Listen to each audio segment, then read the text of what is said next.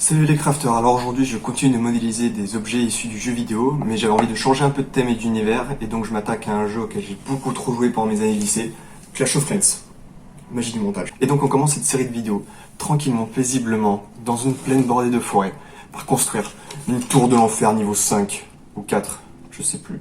Je me suis arrêté au niveau 3 à l'époque, c'était le niveau max à HDV10. Sinon voilà, la tour de l'enfer est entièrement imprimée en plastique, en PLA, aucune peinture. Et donc j'ai imprimé les deux configurations et j'ai un petit pouvoir magique, il suffit juste que je claque des doigts pour la changer de mode. Donc il faut pas que je me trompe, hein, parce que celui-là c'est pour exterminer la moitié de l'univers, et celui-là c'est pour changer le mode de la TDE. Une nouveauté cette fois-ci, je mets les fichiers STL en téléchargement, sauf que je sais pas faire un lien de téléchargement public ou pour tout le monde. Donc ce qu'on va faire c'est que vous m'envoyez juste un mail et je vous envoie les fichiers STL gratuitement, et puis si vous avez des petits problèmes pendant la fabrication, pendant le collage ou l'assemblage, ou même pendant l'impression aussi, vous pouvez toujours m'envoyer des mails, je vous répondrai. Et donc tout ça c'est gratuit, donc partagez un maximum parce que j'en ai besoin. Et et l'adresse mail, alors ce sera 3dmodelfactory@gmail.com. Et donc pour imprimer, de préférence, il vous faudra un plateau de 210 par 210. Et en hauteur, normalement, il n'y a pas de souci, puisque la pièce la plus haute fait 10 cm, ça doit être le pilier. Et donc vous êtes tranquille sur la hauteur, mais plateau de 210 par 210 de préférence. Normalement, vous pouvez faire une mise à échelle si vous n'avez pas un plateau assez grand. 2 tiers, je dirais. Un demi, ça risque d'être un petit peu chaud pour l'assemblage. Mais 2 tiers, voilà, ça vous fait du coup un plateau de 140. 140 par 140, et je pense que c'est large. Je vais essayer de faire tous les modèles à la même échelle aussi, pour que ce soit plus esthétique. On va peut-être faire un grand village à la fin, si j'ai le temps. Bon, voilà, fin de la présentation, on enchaîne avec la conception, et puis je vous explique un peu comment j'ai fait ça. J'ai commencé par concevoir la tour de l'enfer en une seule pièce, en essayant d'être le plus proche de la réalité. Et seulement après, j'ai divisé l'ensemble en plusieurs pièces pour faciliter l'impression, pour éviter de concevoir des pièces qui nécessitent des supports, et pour imprimer des pièces en une seule couleur.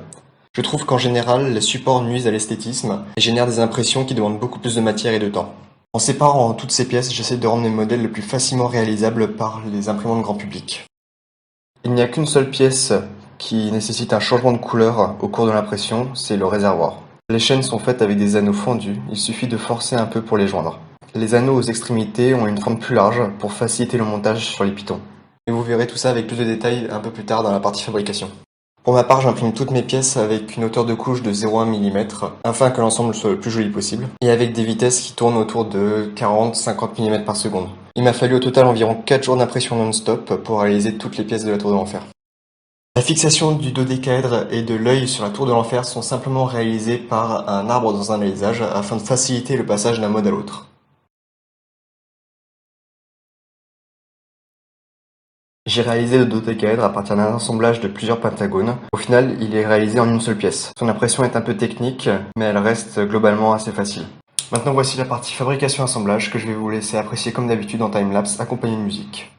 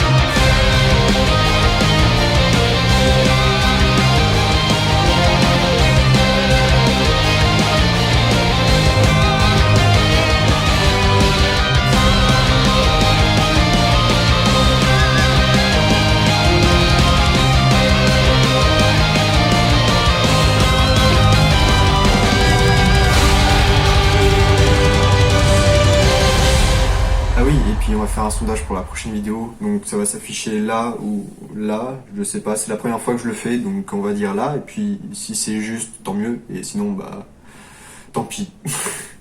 Et donc, bah ouais, n'hésitez pas à voter. Et si vous avez une préférence pour le prochain bâtiment, la prochaine création à faire, et bah, donnez votre avis. Même si vous n'êtes pas nombreux, ça m'importe beaucoup. Bon bah voilà, c'est la fin de la vidéo. Il faut juste que je trouve un moyen de vous dire au revoir. Une petite phrase d'outro, un truc stylé.